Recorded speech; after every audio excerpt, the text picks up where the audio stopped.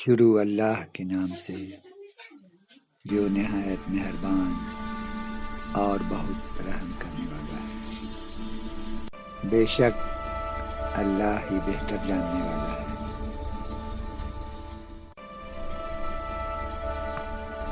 آج ہم جو بیان کرنے جا رہے ہیں وہ صوفیانہ روایت ہے، مستند تاریخ نہیں۔ آج کا موضوع ہے کلیر شریف۔ کلیر شریف ایک ایسی درگاہ ہے جہاں عقیدت مندوں کی بھیڑ رہتی ہے، مگر ہر عقیدت مند دل میں ڈرا ڈرا سا رہتا ہے۔ احترام بھی ہے، تعظیم بھی ہے، مگر اندر سے دل کے اندر ایک خوف بھی ہے۔ یہ ہے اہل مزار کی شخصیت۔ عورتیں بھی آتی ہیں، وہ کچھ زیادہ ڈری ڈری سہمی سہمی سی رہتی ہیں۔ دل میں عقیدت کا سمندر موجیں مارتا ہے، احترام کا جذبہ بھی ہے، مگر دل میں ایک ڈر ہے۔ سنتے آئے ہیں یہ جلالی پیر ہے، کب بے ادبی ہو جائے جو معاف نہ کیا جائے۔ پاکی ناپاکی کا یہ عورتیں بہت خاص خیال رکھتی ہیں۔ آتی ہیں، بھیڑ رہتی ہے، ان کی حاجت، ان کی ضرورت یہاں تک لے آتی ہے۔ تو یہ ہیں حضرت علاء الدین علی احمد صابر کلیری رحمۃ اللہ علیہ۔ نام ان کا ہے علاء الدین۔ جب یہ اپنی والدہ کے بطن مقدس میں تھی تو کہا جاتا ہے نبی کریم صلی اللہ علیہ وسلم نے ان کی والدہ کو بشارت دی کہ اس کا میرے نام پر نام رکھنا، اس کا نام احمد رکھنا۔ اور ایک بار حضرت علی کرم اللہ وجہہ نے بھی ان کی والدہ محترمہ کو خواب میں بشارت دی کہ اس کا نام میرے نام کی طرح اس کا نام علی رکھنا۔ جب یہ اپنے پیر و مرشد کی خدمت پر مامور تھے اور لنگر کا انتظام ان کے ہاتھ میں تھا تو یہ لنگر تقسیم کرتے تھے، خود نہیں کھاتے تھے، کیونکہ ان کے پیر و مرشد نے لنگر کا نظام ان کے ہاتھ میں دیا تھا، مگر خصوصی طور پر یہ نہیں کہا تھا کہ تم بھی کھا لیا کرو، اس لیے یہ نہیں کھاتے تھے اور کمزور ہو گئے تھے۔ جب پیر و مرشد کو ان کی یہ اطاعت گزاری معلوم ہوئی تو انہوں نے ان کو لقب دیا صابر کا۔ تو اس طرح سے یہ حضرت علاء الدین علی احمد صابر کلیری رحمۃ اللہ علیہ، ان کی ولادت باسعادت 19 ربیع الاول 592 ہجری میں ہوئی۔ ان کا سلسلہ نسب والد کی طرف سے حضرت فاطمہ زہرا رضی اللہ تعالی عنہ اور حضرت علی کرم اللہ وجہہ تک پہنچتا ہے، اور ان کی والدہ کا سلسلہ نسب حضرت عمر فاروق رضی اللہ تعالی عنہ سے جڑتا ہے۔ اس لیے انہوں نے مزاج فاروقی پایا ہے۔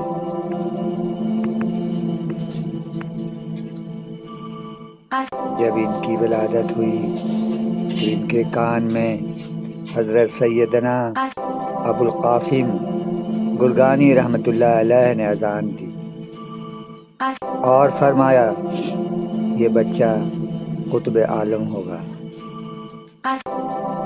وہ ایک پہنچے ہوئے بزرگ تھے۔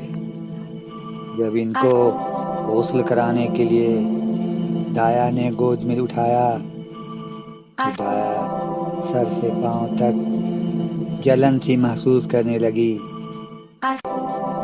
گھبرا کر اس نے بچے کو رکھ دیا۔ ان کی والدہ محترمہ نے دایا سے کہا کہ شاید تم بے وضو ہو، وضو کر کے آؤ پھر بچے کو اٹھاؤ۔ دایا وضو کر کے آئی، ڈرتے ڈرتے پھر اس نے بچے کو اٹھایا، مگر ایسا کچھ نہیں ہوا، کوئی سوزش کوئی جلن نہیں ہوئی، بلکہ سر سے پاؤں تک اسے ایک سکون سا محسوس ہوا، روحانی سکون۔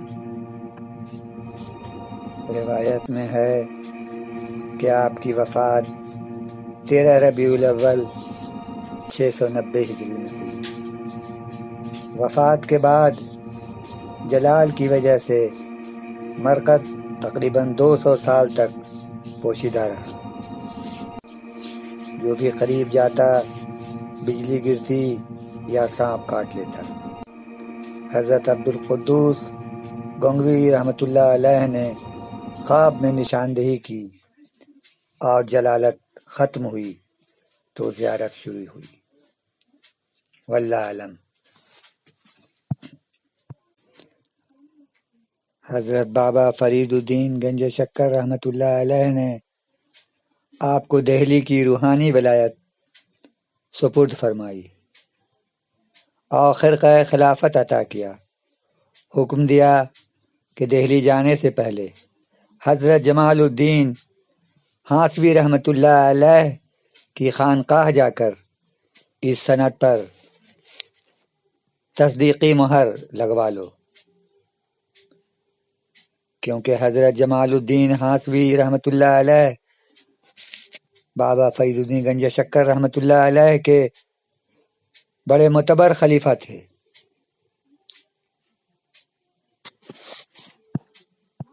ان کی تصدیق کے بعد سند مکمل ہو جاتی۔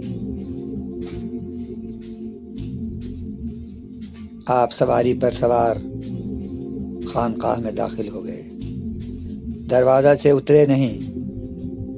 یہ ادا حضرت جمال الدین ہانسوی رحمۃ اللہ علیہ کو ناگوار گزری، مگر انہوں نے کچھ نہیں کہا۔ اس کے بعد نماز مغرب ادا کی گئی۔ نماز کے بعد آپ نے سند خلافت پیش کی اور مہر لگانے کا مطالبہ کیا، کیونکہ دہلی کی روانگی کا ارادہ تھا۔ اندھیرا تھا، چراغ لایا گیا، موسم کچھ بدل سا گیا، ہوا کے جھکڑ چلنے لگے، ہوا کے جھونکے سے چراغ بجھ گیا۔ حضرت جمال الدین ہانسوی رحمۃ اللہ علیہ نے فرمایا چراغ گل ہو گیا، کل صبح مہر لگا دی۔ حضرت صابر رحمۃ اللہ علیہ نے کہا نہیں، مہر آج اور ابھی لگائی جائے۔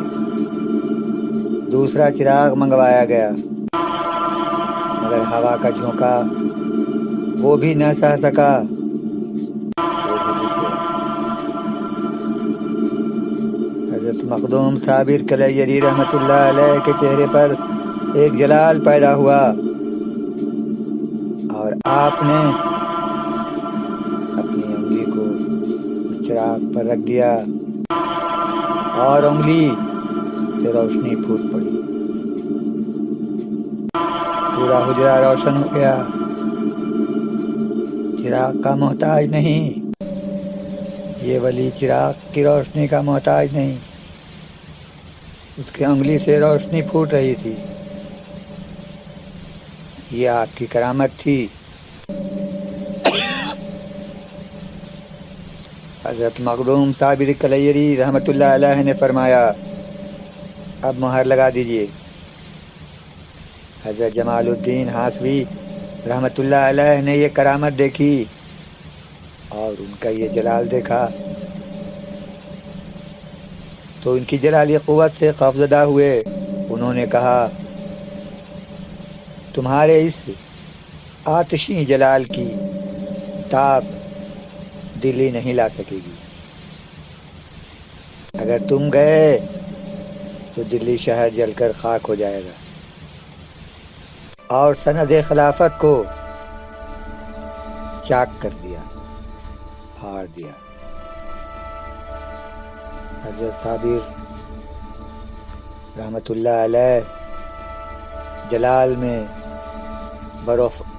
برافروختہ ہو گئے اور فرمایا، آپ نے میری سند خلافت پھاڑ دی ہے، میں نے آپ کا سلسلہ طریقت پھاڑ دیا، اسے ختم کر دیا۔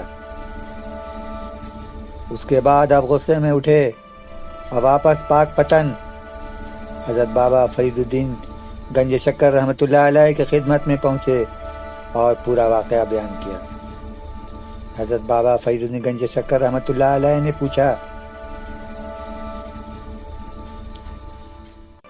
کہ جب جمال نے تمہاری سند پھاڑی تو تم نے کچھ کہا تھا؟ حضرت مخدوم صابر کلیری رحمۃ اللہ علیہ نے کہا،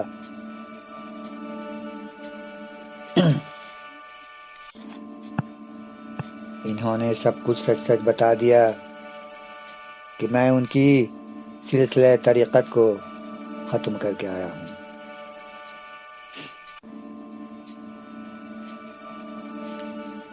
بابا فرید الدین گنج شکر رحمۃ اللہ علیہ نے کہا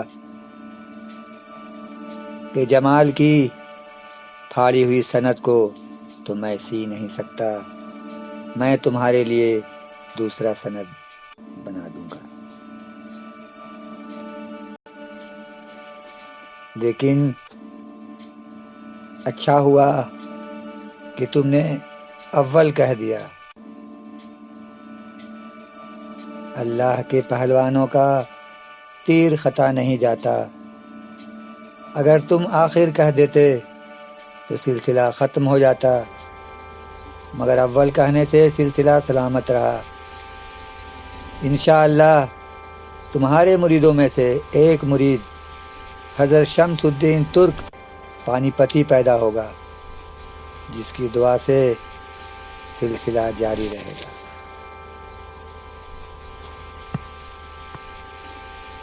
آپ کا سلسلہ بابا فرید الدین گنج شکر رحمۃ اللہ علیہ کے حکم سے کلیر شریف منتقل ہوا اور آج تک دنیا بھر میں جاری ہے۔ پاکستان، انڈیا، بنگلہ دیش اور دور دراز کے ملکوں میں لاکھوں مرید ہیں۔ بابا فرید الدین گنج شکر رحمۃ اللہ علیہ نے انہیں نئی سند تحریر فرمائی تھی، کلیر کی ولایت عطا کی اور آپ کو وہاں بھیج دیا۔ آگے کے واقعات بھی ہم پیش کریں گے نئے بیان میں۔ وہاں بھی ان کا مزاج فاروقی ہی رہا۔ اگر آپ لوگوں کی پسند رہی تو دنیا جنہیں جلالی پیر کہتی ہے، ان کا واقعہ، ان کا سلسلہ اور بھی بیان کریں گے جو بہت باقی ہے۔ تب تک کے لیے اللہ حافظ۔